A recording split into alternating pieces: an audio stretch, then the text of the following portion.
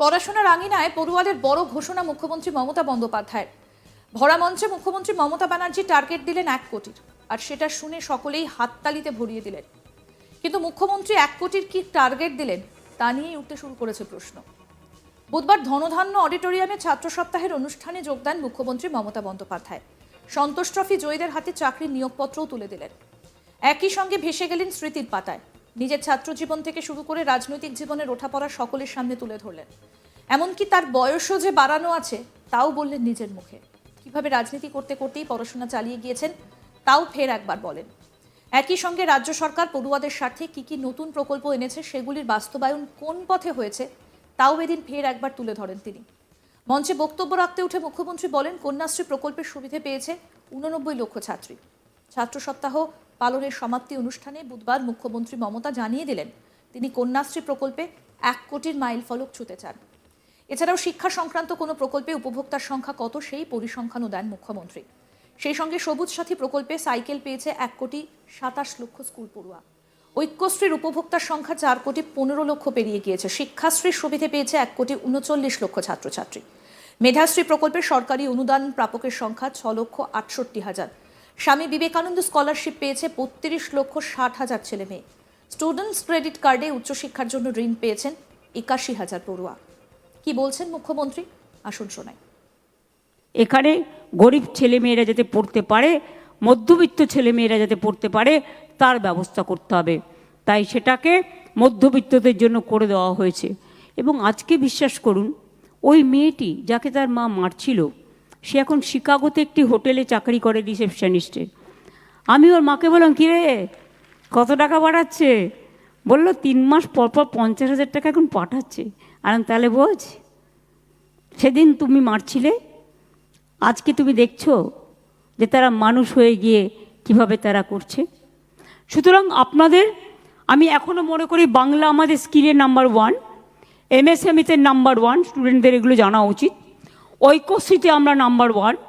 আমাদের স্টুডেন্টসরা খুবই ভালো রেজাল্ট করে এবং যারা অল ইন্ডিয়া AITT 11 জন অল ইন্ডিয়া টপারকে, ন্যাশনাল স্কিলের 3 জন প্রাইজ উইনারকে আমরা ফেলিসিটেট করলাম।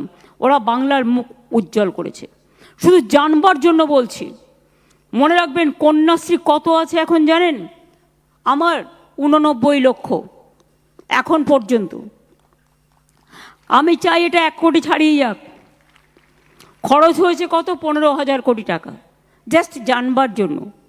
সবুজ সাথী আমার আছে 1 কোটি 27 লক্ষ। এবছরও যারা সাইকেল পাবে, সাইকেল রেডি হয়ে গেছে। আমি আলিপুরদুয়ারে যখন যাব সেই দিন থেকে স্টার্ট করব। এ মাসের লাস্টের থেকেই আমরা দিতে শুরু করে দেবো স্কুলগুলোতে। ঐক্যশ্রী মাইনরিটি স্কলারশিপ 4 কোটি 15 লক্ষ। খরচ হয়েছে কত? 8,936 কোটি টাকা। শিক্ষাশ্রী 1 কোটি 39 লক্ষ। খরচ হয়েছে কত? 1,063 কোটি টাকা। মেধাশ্রী 6 লক্ষ 68 হাজার। 53 কোটি 43 লক্ষ টাকা খরচ হয়েছে। আমি টাকার কথা বলছি না। Swami Vivekananda merit cum merit scholarship 32 লক্ষ 60 হাজার ছেলে মেয়ে পায়। স্টুডেন্টস ক্রেডিট কার্ড 81 হাজারের বেশি অলরেডি পেয়ে গেছে যারা অ্যাপ্লাই করেছে। বিনামূল্যে স্কুলের বই, ড্রেস, জুতো, ব্যাগ 18 কোটি দেওয়া হয়েছে। তরুণের স্বপ্ন মানে ক্লাস, এখন মনে হয় কোন ক্লাসে দিচ্ছি? এখন 11 ক্লাসে। আগে আমরা 12 ক্লাসে দিতাম, কিন্তু আমি বললাম 12 ক্লাসে দিয়ে লাভ নেই, তখন ওরা গ্র্যাজুয়েশনে চলে যাবে। তার আগে 11 ক্লাসে যদি আমরা দিই তাহলে 11, 12 দুটো ক্লাস ওরা এটা অ্যাডভান্টেজ নিতে পারে। কাজেই আমরা যখন ক্লাস 11-এ কেউ ওঠে তাকে আমরা 10,000 টাকা করে দিই স্মার্টফোন কিনবার জন্য। এটার নাম দিয়েছি, নেতাজি সুভাষচন্দ্র বোসের একটা বই আছে, তার নাম তরুণের স্বপ্ন। তার নামে তরুণের স্বপ্ন। আমাদের সময় আমরা প্রায় 30টা বিশ্ববিদ্যালয় নতুন করেছি, 14টি নতুন মেডিকেল কলেজ, 53টি কলেজ, 7,000-এর বেশি স্কুলও আমরা করেছি।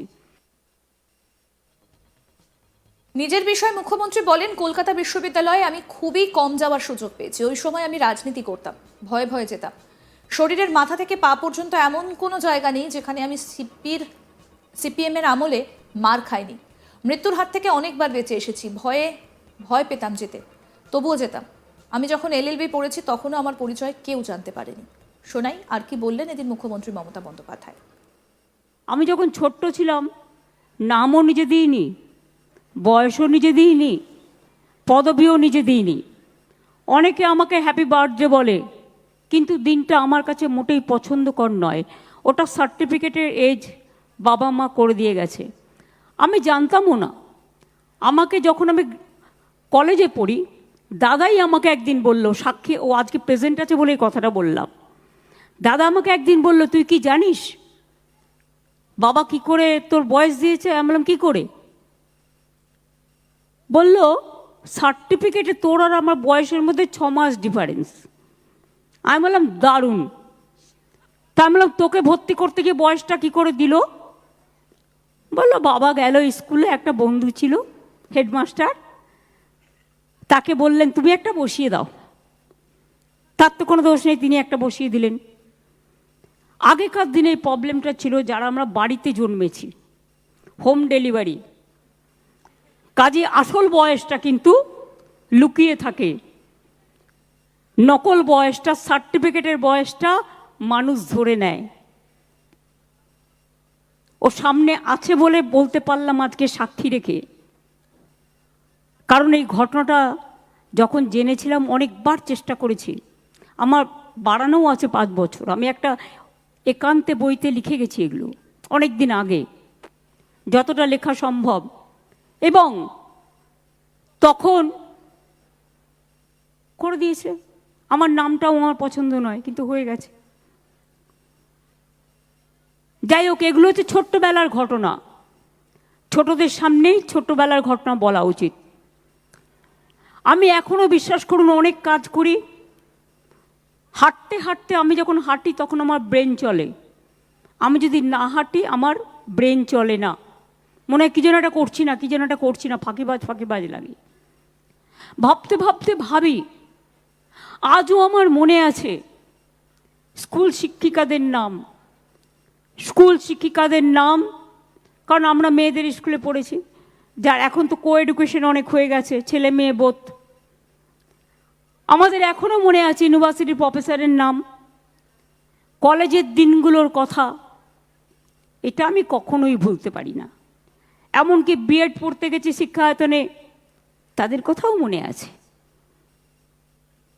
কলকাতা বিশ্ববিদ্যালয়ে যাবার সুযোগ পেয়েছি খুব কম, সেই সময়টা আমি রাজনীতি করতাম, ভয়ে ভয়ে যেতাম। আরো আপডেট পেতে দেখতে থাকুন আজ তাক বাংলা। সাবস্ক্রাইব করুন, নোটিফিকেশন পেতে বেল বাটন অপশন প্রেস করুন, হোয়াটসঅ্যাপে ফলো করুন আজ তাক বাংলা।